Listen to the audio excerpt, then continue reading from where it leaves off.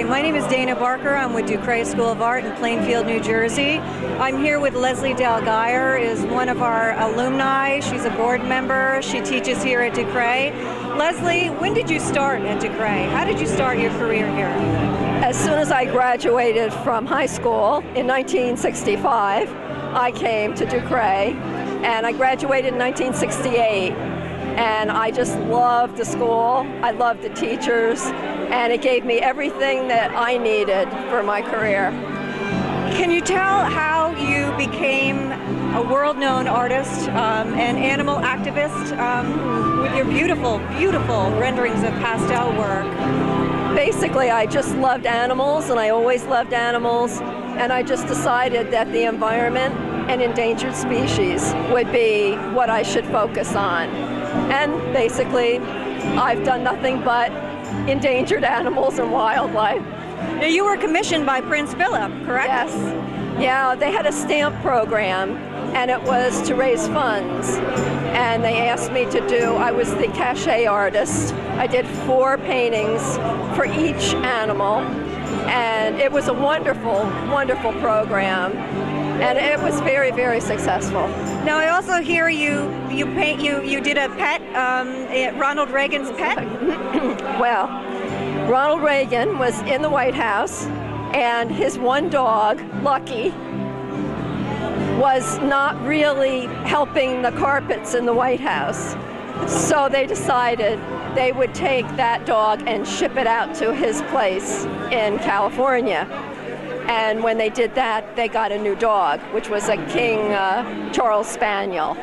And that was a well-behaved pet. And I decided that was so sad. And my uncle knew the dermatologist that helped Ronald Reagan with his little cancer spots. Next thing you know, I got an envelope from the White House. And it just says the White House. You're kidding. And it was very, very cool. Yes. Yes. Yeah. And what other societies have you been involved in for pastel art?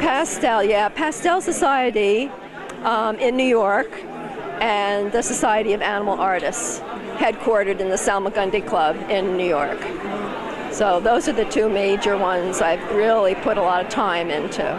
Is there anything that you would like to say to artists who are just coming out, they want to start a career in the field, and what advice would you give to them? I would just tell them to follow your passion, find what really, really, really inspires you, and then go in that direction. I found that the best way to make a living as an artist is to really pick something that sets you apart from everybody else. I specialized in wildlife, so it helps if you have something that's unique. Thank you, Leslie. Leslie is actually doing a 3-week consecutive Saturday workshop starting on April 14th. She'll be teaching the wonderful techniques that she partly created that brought her world acclaim. So thank you very much, Leslie. It was a wonderful chatting with you. Thank you. Wonderful. So much. And your artwork is beautiful. Thank you. Thank you. Hi, my name is Dana Barker. I'm here with the duCret School of Art, our 85th anniversary celebration. With Doug Allen. He's a wildlife artist. Doug has been on the faculty, he's on the board members, and Doug, long time. Long time you've been with duCret. How many years? 25 years, I believe. 25 years. Yes. Can you tell me a little bit how you got started doing animal art? Oh my gosh, I always loved to paint animals. I'm probably about 10 years old, and I started working in grammar school, art contests, things like that. And I started when I graduated art school in Newark. I started working for Joe Weider, who was the barbell king, and he had wildlife magazines published in Union City, New Jersey. And probably, I think it was about 1955 that I started working with him. And while he had the magazines there, I worked a couple of years. Yeah, the series of magazines that you actually did led to a book, didn't it? Well, that was an outdoor life magazine. That was in 1960 that they did that book on the big game animals of North America. It's called Big Game Animals? North America, yeah. And since then I've done about 35 books for Illustrated. You've done 35 books on animal art? Yes. And you've traveled worldwide? Pretty much. Canada, Western United States, a little bit of Alaska, Africa, South Africa, in that area. Were these trips that you took by choice and you just wanted to go? Were you on assignment? I always wanted to get, especially Africa, I always wanted to go there. Never thought I would. And finally, company that I was partners with, Wildlife Artists Incorporated, they published, they reproduced a lot of plush toys. I used to design them. And the head of the company went to Africa quite a few times. So he took us along. First time B and I went on the trip, and I've been there 4 times, and it's been just terrific. You've been involved in a lot of art clubs as well, correct? Yes. Yeah. What are you? Who are you Right now, affiliated I'm with now? involved with the Salmagundi Club in New York City. That's one of the older art clubs in the city. And Doug is also on the board of directors here at duCret School of Art as well. So, Doug, this is your piece. Can you tell me a little bit about this piece? This is painted in 1978 for Winchester Arms Calendar Company. And it was a calendar done for there were four species of antlered game. It's a moose, a white-tailed deer, a mule deer, and trying to think of the last one. Elk.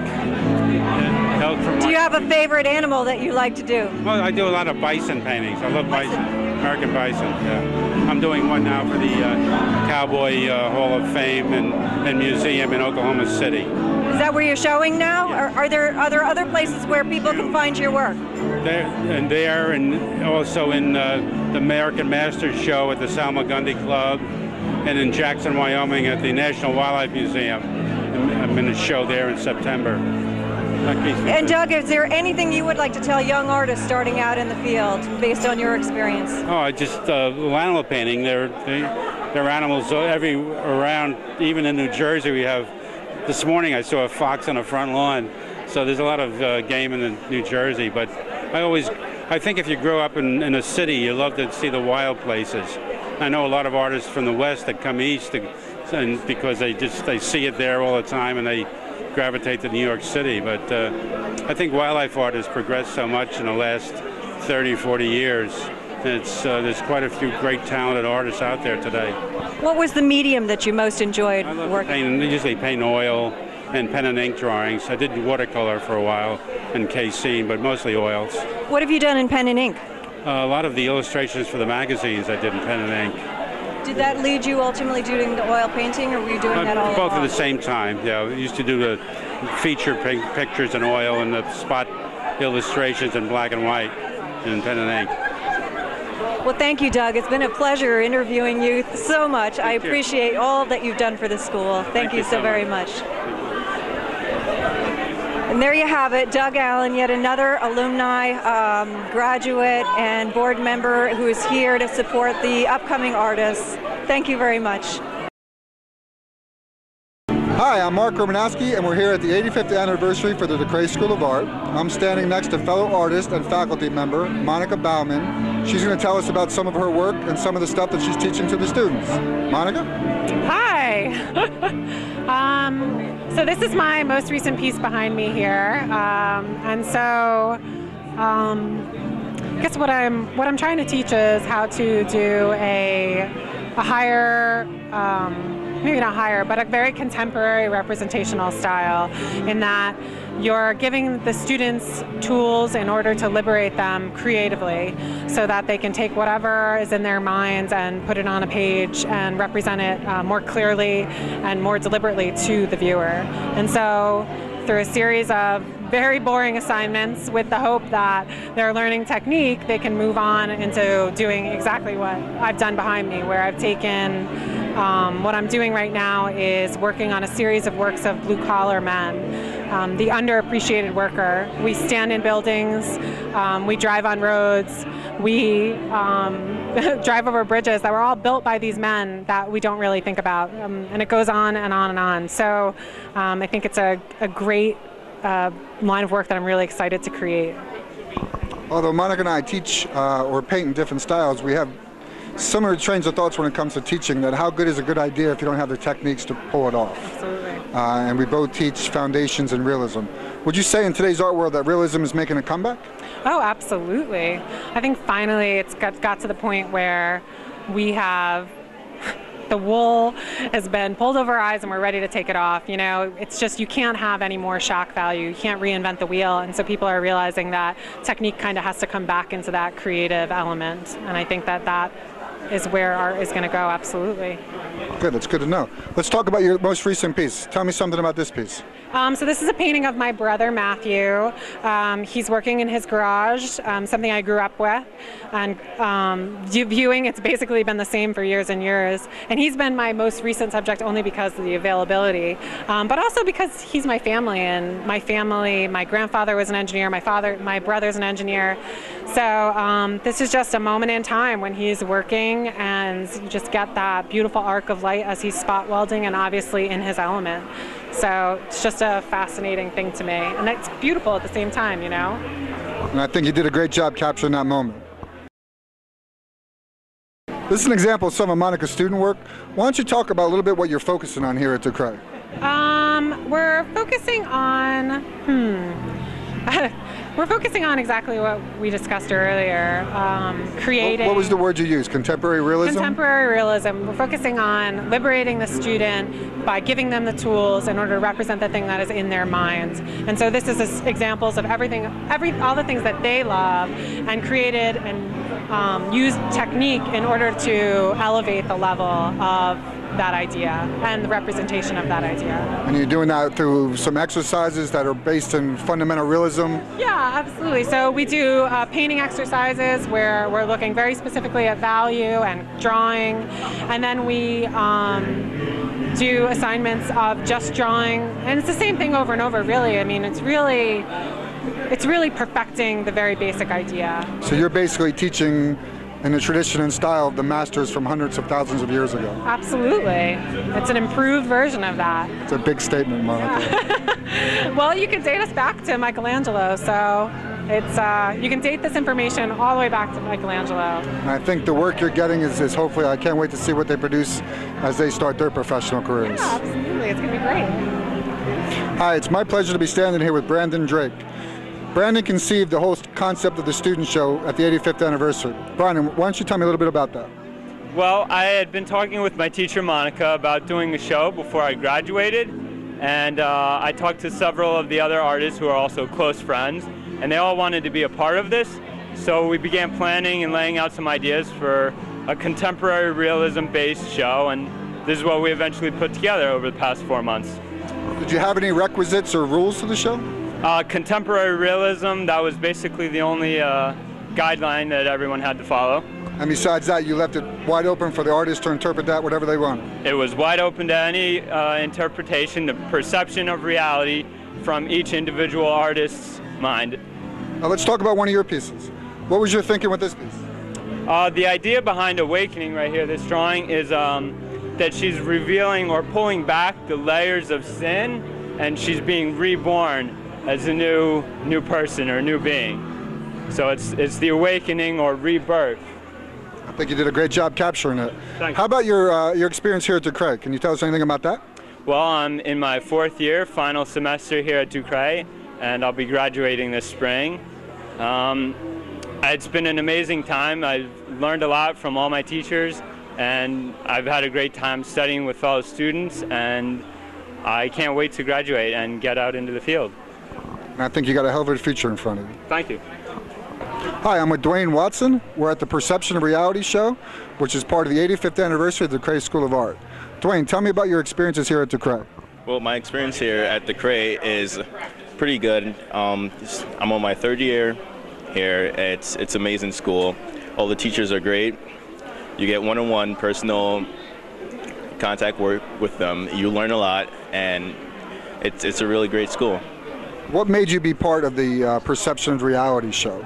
Because I think it's a good opportunity for me to get my stuff out there for people to see what type of art I do, and I'm in temporary realism art, and it's great to put my work out there. It makes me feel good about myself. Now let's take a look at your piece. What was the thinking behind this piece? Well,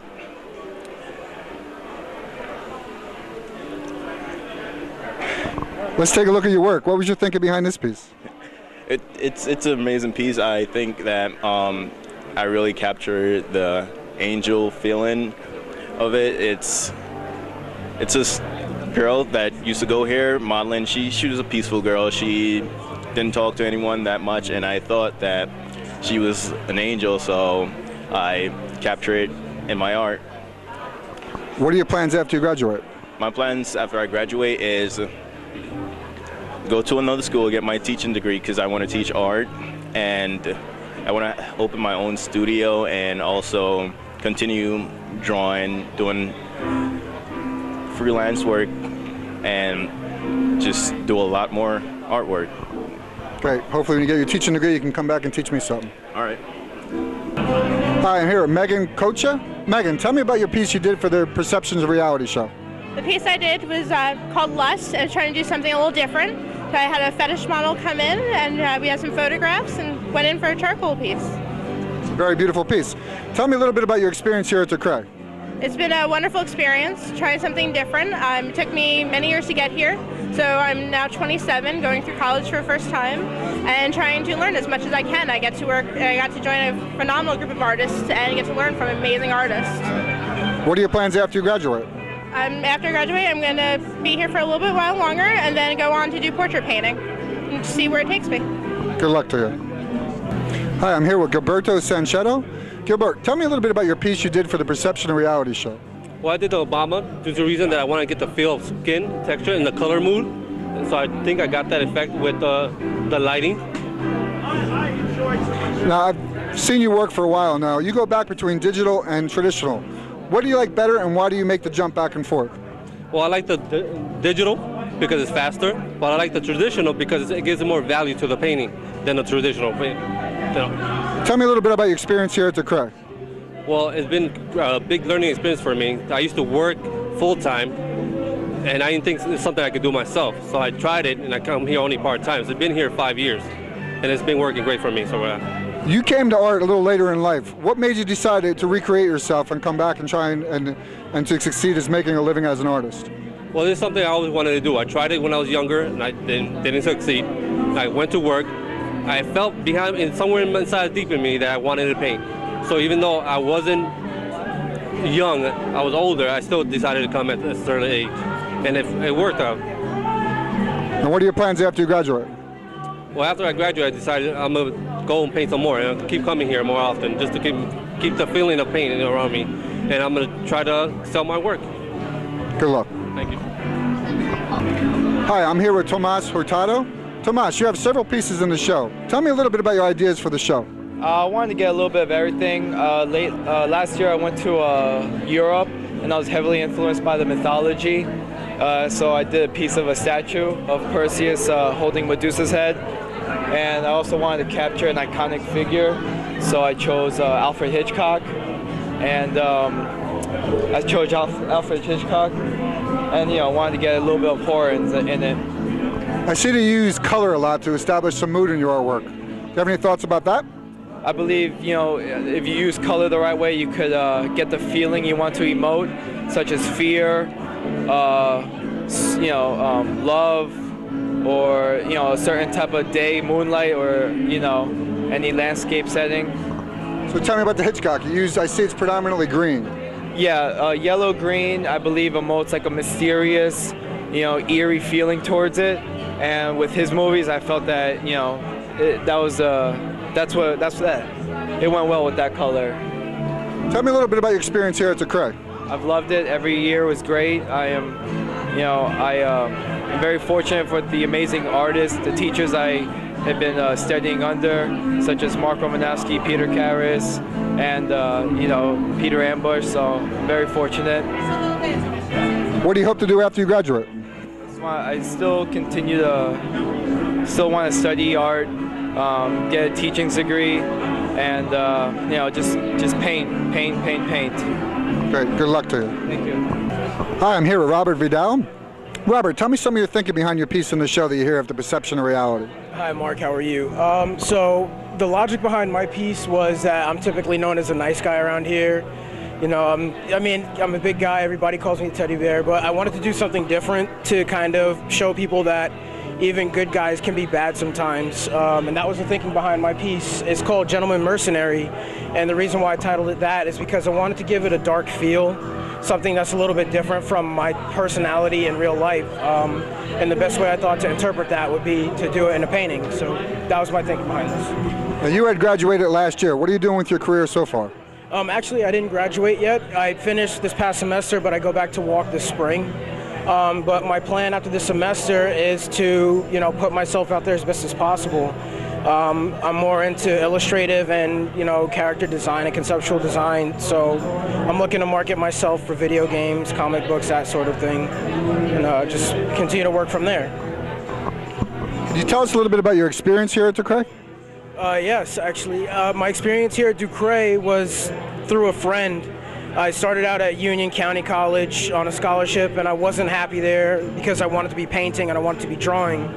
And my friend told me what better place to do that than here. So I came to duCret to check it out, and I fell in love. The teachers are excellent. The friendships here will last you a lifetime. That's what I got through the school. You know, I got from here just the knowledge that I have now and the ability that I have today. Good luck to you. Thank you. As I knock a piece off the wall. Good luck. Hi, I'm Dana Barker. I'm here with duCret School of Art at our 85th anniversary celebration. I'm here with Dean Field. Dean is an instructor. Dean, how long have you been here with the school now? I began down here in the year 2000. It's been 12 years, 13 years coming up. And what do you teach here at duCret? Oh my.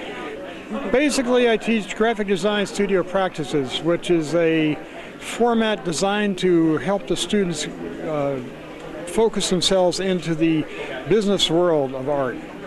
The other side of it is I teach watercolor. I also paint. This is your work right behind us. Yes. And can you tell me a little bit about that piece? I'm sort of Peck's bad boy. I'm a modernist and trying to fit in with a very traditional crowd. Basically, I paint in the spirit of, probably American Gothic, that type of thing. I like very clean line. I like working with color. Painting, art, music, poetry, dance, they're so interrelated. And strangely enough, graphic design is interrelated in with that bunch. If you're going to work with one, you're going to end up working with all of them. Dean, how did you come to duCret? I became very ill in '99 with a serious heart problem, and they told me I had to give up my practice in marketing. So I wandered down here. I used to go here when the school was the board law school for boys. So I walked in one day, and Frank Latico came out and greeted me, and he said, "Can I help you?" I said, "Yes, I'm looking for some old ghosts." And we got to talking. I was in Korea, he was in Nam, and he said, "I'd like to see your work." So I took him up on it and brought work down, and he looked at my portfolio and the work I had done. He said, "You know, I'd love to have you teach down here." And I went home and I talked with my wife, and I said, "What do you think?" She said, "I think it's great."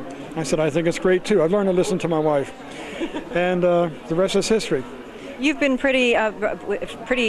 you've had some interesting groups here that you've put together yourself, including a design graphic group that you put together last year, was it? We're very fortunate. We've had some extraordinary students come through. Last year and the year before in particular, I kept telling my students if I was 25 years younger, I'd wait till they graduated, hire them to open up an agency and make a fortune. We took the 4-H fair, for example. They came to us and asked if we could do a brochure at the twilight hour. In 5 weeks, we turned out a 12-page brochure, which was stunning, if I may say so. They gave us a two-compartment booth at the fair and payment. The students pulled it off just splendidly. We did a thing for the Plainfield Symphony. We produced the backdrop, produced all their literature and so forth. And that they actually brought Broadway singers out here for that event, correct? Yes, they did. They did. And I had the honor of being able to perform for them, which felt very good too. Yes, you were the piano player for that event. I had a piano picked out for them. I had a friend of mine who had a piano shop, and a week before the event, he called me and said, "Dean, I'm sorry to tell you, so somebody walked in with cash in hand and bought the 5'10" grand that you looked at." And I said, "All right, what do we do?" He said, "Well, I've got a 7-foot Petrov. Would you mind if I sent that down?" and I paused strictly for theatrical expression and said, I think that will probably work out. It was a magnificent instrument, enjoyed it thoroughly. And didn't some of your students help with the set design for that as well? Yes, we worked it out on cardboard. We used the 4x8 sheets that we have here, the display panels, and put in a city background, planted an artificial plant off to the side with the grand piano. It looked great. Dean, if there was anything you were to tell a young artist starting out, what would you say to them? Be persistent. It's a serious business, and if you stop to think about it, there's not one phase of our life that isn't touched by an artist. That cereal box you had on your breakfast table this morning was designed by an artist. The car that you drove in was designed by an industrial designer who had to study art before he went into industrial design. And the building you ultimately walked into was designed by an architect who had to study art before he became an architect. Yes, you can make a very good living at it. It's fun. You'll have experiences that will enlighten your mind like nothing else you could think of. It's a wonderful profession. Difficult. You'll work harder than you ever thought possible, but you'll love every minute of it. Dean, can we keep you here at duCret for a few more years? I think you might have a good shot at that. All right. Thank you so very much, Dean. He's already trying to escape. Thank you so very much. This is Dean Field at duCret School of Art at our 85th anniversary celebration. Hi, I'm Dana Barker with duCret School of Art, celebrating our 85th anniversary here at the school, and I'm with Frank Filatico, the dean of the school, and with Vince Natale, who used to actually be a teacher here. And Frank, how long have you been actually the administrator and dean of this school? I've been the director since 1985, but I've worked for the school since 1975. And you went to duCret as well? I graduated from duCret in the early 70s, but yes. I've heard that you're the walking encyclopedia of the school. Somewhat, I guess, through just experience, yeah. And how did you come to hire Vince, who has actually taught here for 8 years, correct? Alumni, actually. Yeah. Extremely talented graduate. Sorry. Yeah. So you were here back in the 80s? Yeah, 81 through 85. I took a year off in between to go to another school, and then came back and graduated. But you were actually a student here at duCret, correct? Yeah, 81 through 85. Graduated in 85, and then came back a few years later to start teaching. So what did you teach while you were here? Drawing for illustration. And you actually, Peter Karras was your mentor, correct? Yeah. Pretty much. He was the guy I stuck closest to, and I started a drawing class to kind of, as a preliminary course to people who wanted to go into his class. His drawing is really kind of the utmost importance, before you start painting or doing anything else, art related. So drawing was the thing for me to teach. Very interestingly enough, it's very interesting, but Frank, you actually are also an instructor here. You right. Spend time with the kids. You're a very unusual director because you're on the floor and everybody knows who you are. Can you tell me how your experience has been with the students here, because they all know you in a very unusual way? I love being with the students. That's probably the best part of my week and my day is working with students and teaching. I've been teaching anatomy for all 36 years that I've been with the school. More recently also teaching figure sculpture, clay, modeling the figure in clay. But I've taught painting, rendering, drawing. I've taught a number of different things over the 36 years. But anatomy is probably my first love and the thing I've done the longest with the school. What would you tell any student coming in, because you have such experience with them, what would you tell anybody who's considering an art career during these times? Patience and passion. You have to have passion for what you do, and you have to have patience to learn your craft and learn your skill and take the time to develop as an artist. It's not a quick fix, but it just, if you learn your craft, the opportunities are going to open up in the future.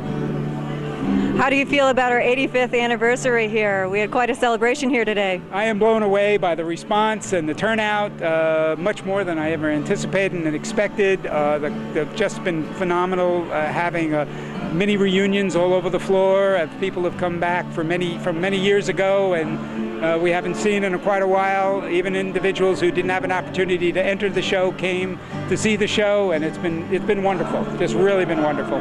And this gallery that we're standing in here is fantastic because this is actually showcases the work of all of the students of duCret that are really is as comparable up here as all the faculty and alumni work that's down there on the floor. And I think it's phenomenal that they've come up with so much. What can you say about some of our emerging artists that are ready to leave duCret? The work actually speaks for itself, but basically it was the brainchild of Brandon Drake, who is graduating this year, third-year student, who, along with Monica Bauman, one of our alumni and present instructor, approached me about having an exhibition. Unfortunately, the schedule is so packed between January and May to have an individual show that I suggested they be part of this 85th anniversary as an emerging artist portion, and I think they really raised the bar. They did a fantastic job. The art here is smoking. It's just beautiful. So I think it's wonderful that we included them in the alumni show and faculty show. It was fantastic for them to really get in and be part of the show here. What did you think about the show up here that they put on? Oh, it's incredible. I mean, I don't know what to say. The level of quality of all the artwork is overall. I mean, there's more great stuff here than I think than was here when I was here. I mean, just across the board. Anyone who's interested can come to duCret School of Art. We're actually located at www.ducret.edu, and feel free to call the school for information. We have workshops for children. We have a summer adult program coming up, and we have semesters all year long, and we have a well, actually, Frank, you can tell them a little bit about the 3-year accredited program, correct? Yeah, the program is 3 years, pretty intensive, nearly 3,000 studio hours of work. The first year is a foundations year, where our goal is to build a good concrete foundation for each artist, no matter what direction they're going in. And then the second and third years is where they begin to focus on their concentrated areas as they build towards graduation. With an eye towards the future, we now require students to take, besides a business of art and portfolio in their senior year, they now all have to take at least a one-semester web design and Photoshop class to meet with the new technology that's upon us. That's really changed art tremendously, hasn't it, in the last year? I feel we're at a crossroads right now in the art field. The computer probably changed graphic design the earliest.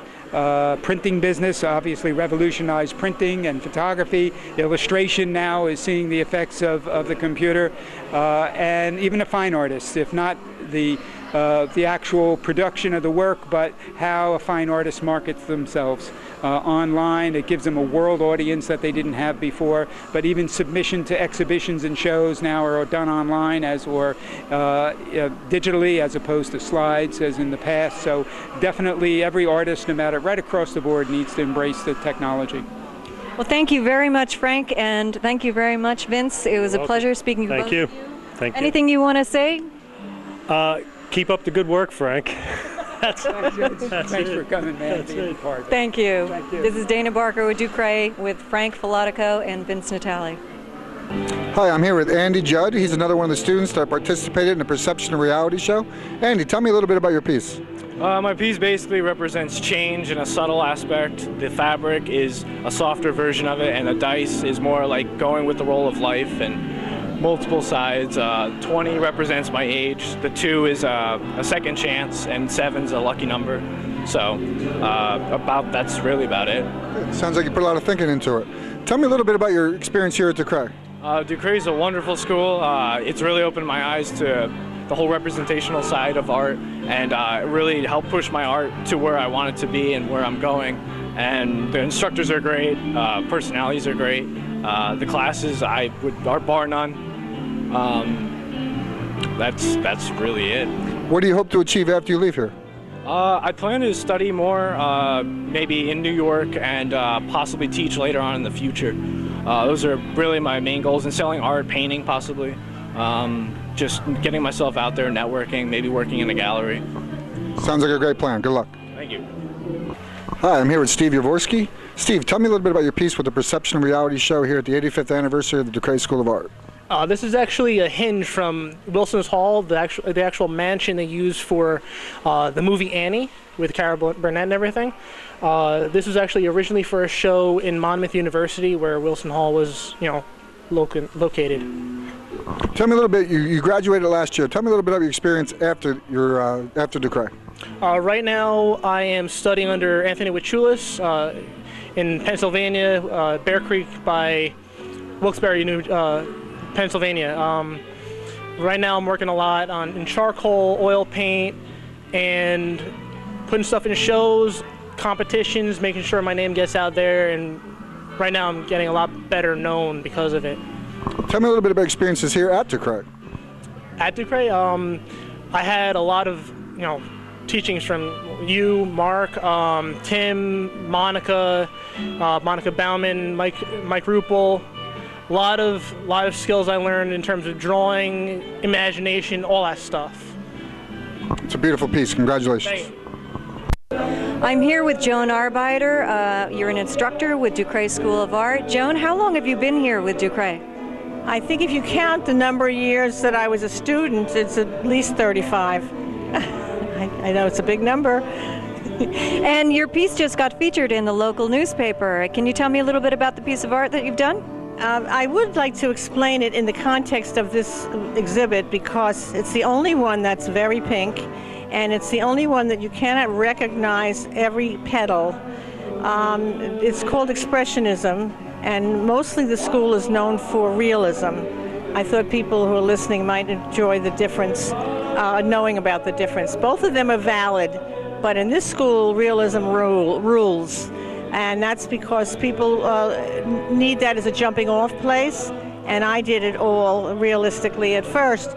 But by the time I got around to this, I was free to splash color and play with shapes. So basically, I've expressed spring without actually illustrating it. What do you teach here, Joan?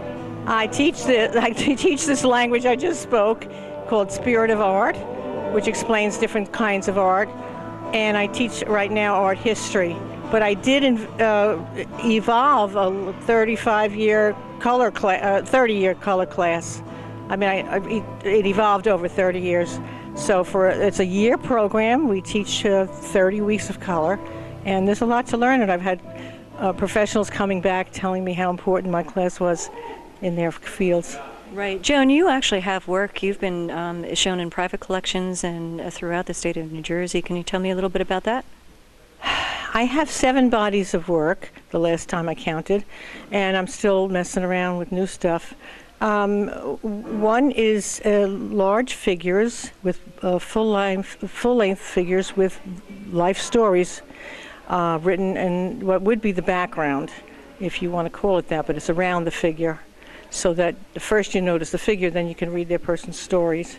I have a series called Vanishing Vista, which is about the landscapes disappearing, the farms disappearing to the development. I have one called Street People, which is about, I spent 2 years more off and on the streets, and in warm weather, I must say, interviewing the people to find out why they were living on the streets. And yeah, and I gave them the crayon, and they wrote their own stories. So I brought their own voices into the gallery, and people, came to understand that not everybody was under the influence of some substance or other, that these were real people who had real jobs and they were overextended. And to tell you the truth, there are a lot more stories now that could be written at this time. We're running into that sort of thing again. Have you noticed a difference between the students of, say, yesteryear and the ones that are coming in now? Well, I'm sorry to tell you that the faculty agrees that nobody likes to read anymore, and I imagine that has a lot to do with the digital age and the clicker. I blame it all on the clicker. If there was anything you wanted to tell any students coming in or considering a career in art, what would you say to them? Well, I think most people in my position agree that you have to love what you're doing first and foremost. You have to be willing to do it in spite of the fact that nobody's paying attention to you, and you have to make a priority of it, so that if it's an opportunity of going out for a beer with the boys or buying a new tube of paint, you have to. If you need the paint, you need that more than the beer. Yeah. Absolutely. So that's what I know of, but I don't know too much about the digital age and how that translates. I guess you'd have to buy a disc or something or other instead of a tube of paint. Great. Well, thank you very much, Joan. I appreciate your time, and you're a wonderful artist, and we're so grateful to have you here at duCret. And we're grateful to have you. We need somebody listening to us. Thank you. Bye.